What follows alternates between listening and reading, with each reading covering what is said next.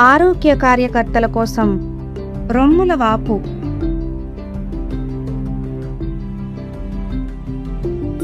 రొమ్ములు పాలతో నిండిపోయి ఉండటాన్ని రొమ్ముల వాపు అంటారు. ప్రసవం జరిగిన కొన్ని రోజుల తర్వాత పాలు మొదటిసారిగా పడేటప్పుడు ఇది తరచుగా జరుగుతుంది. బిడ్డ తరచుగా పాలు తాగకపోయినా లేదా రొమ్ముని సరిగ్గా పట్టుకోలేక ఖాళీ చేయలేకపోయినా కూడా ఇలా జరుగుతుంది. రొమ్ముల వాపుతో బాధపడుతున్న తల్లికి ఎలా సహాయం చేయాలో ఈ వీడియో వివరిస్తుంది. మొదట మీరు మరియు తల్లి ఇద్దరూ చేతులు శుభ్రంగా కడుక్కోవాలి. రొమ్ములు ఎలా ఉన్నాయో తల్లిని అడగండి. వాపు ఉన్న రొమ్ములు గట్టిగా ఉబ్బినట్లుగా మరియు నొప్పిగా అనిపిస్తాయి. బిడ్డ పాలు ఎలా తాగుతుందో అడగండి. బిడ్డ అనారోగ్యంతో ఉన్నట్టయితే పాలు సరిగ్గా లేదా ఎక్కువసేపు తాగకపోవచ్చు. తల్లికి ఒంట్లో బాగోలేదా, జ్వరం ఉందా లేదా ఒక్క రొమ్ము మాత్రమే నొప్పిగా ఉందా అని అడగండి. ఇలా ఉంటే రొమ్ము ఇన్ఫెక్షన్గా భావించవచ్చు. తల్లిని పరీక్షించండి. 2 రొమ్ములు నిండుగా, గట్టిగా మరియు నొప్పిగా ఉంటాయి. ఆమె రొమ్ములను మెల్లగా ఒత్తుతూ పరీక్షించండి. రొమ్ముల వాపును ఎలా తగ్గించుకోవాలో తల్లికి వివరించండి. వాపును తగ్గించడానికి 6 సూచనలు.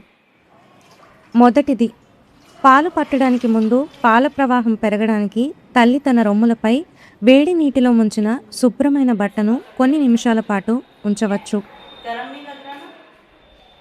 రెండవది, రొమ్మును మెల్లగా మసాజ్ చేయడం కూడా సహాయపడుతుంది. వేళ్లతో రొమ్ము చుట్టూ గుండ్రంగా నిమరాలి.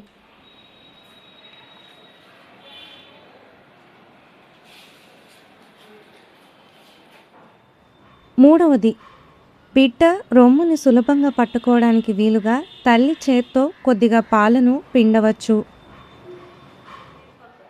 నాలుగవది, తల్లి తరచుగా పాలు పట్టాలి. కనీసం ప్రతి 2 నుండి 3 గంటలకు ఒకసారి పట్టాలి. రెండవ రొమ్ము నుండి పాలిచ్చే ముందు మొదటి రొమ్ముని పూర్తిగా ఖాళీ చేయాలి. ఐదవది, బిడ్డను పట్టుకునే విధానం మార్చడం వల్ల రొమ్ములోని అన్ని భాగాల నుండి పాలు ఖాళీ అవుతాయి. చివరిగా, పాలు తాగించిన తరువాత కూడా రొమ్ములు నిండుగా అనిపిస్తే తల్లి పాలను పిండి రొమ్ములను ఖాళీ చేయవచ్చు. రొమ్ముల వాపు ఉన్నప్పుడు పాలను ఖాళీ చేయకపోతే ఇన్ఫెక్షన్ రావచ్చు. పాలిచ్చిన తర్వాత రొమ్ములు హాయిగా ఉండటానికి 2 రొమ్ములపై చల్లని బట్టను 5 నుండి 10 నిమిషాల పాటు ఉంచండి. అవసరమైతే తల్లి పారాసెటమాల్ మాత్ర వేసుకోవచ్చు.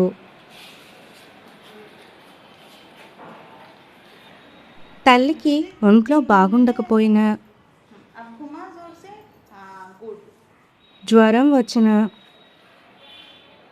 రొమ్ములలో ఎర్రటి నొప్పితో కూడిన గెడ్డలా అనిపించిన లేదా రొమ్ముల వాపు కొన్ని రోజులలో తగ్గకపోయినా వెంటనే తిరిగి రమ్మని చెప్పండి. గుర్తుంచుకోండి, రొమ్ముల వాపు తగ్గడానికి తరచుగా పాలు పడుతూ మరియు ప్రతిసారి రొమ్మును ఖాళీ చేస్తూ ఉంచండి. పాల ప్రవాహం పెంచడానికి వేడి కాపడం మరియు మసాజ్ సహాయపడతాయి. నొప్పి తగ్గించేందుకు పాలిచ్చే సమయాల మధ్య చల్లని గుడ్డలను ఉపయోగించండి.